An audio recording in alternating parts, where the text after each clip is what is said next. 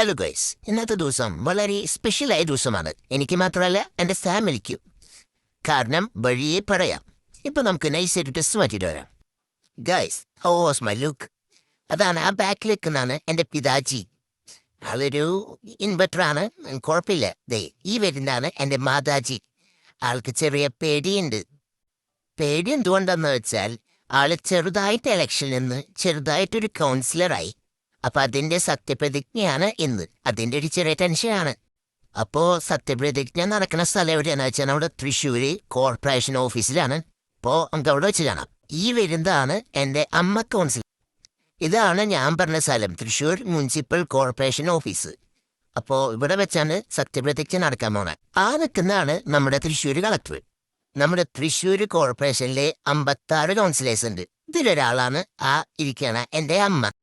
Nettissery, സിന്നോമോൾ Sojan, Chalissery, Chaitanya, Nettissery പ്രിയോ. Division 12 Nettissery, സിന്നോമോൾ Sojan. Thrissur municipal കോർപ്പറേഷന്റെ കൗൺസിലറായി തിരഞ്ഞെടുക്കപ്പെട്ട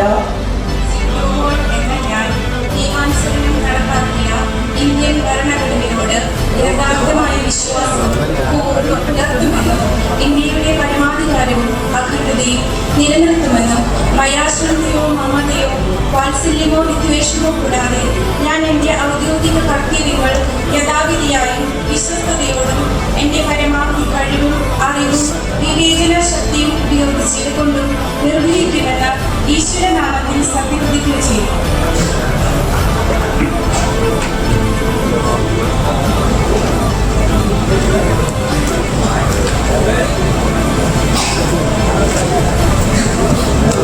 division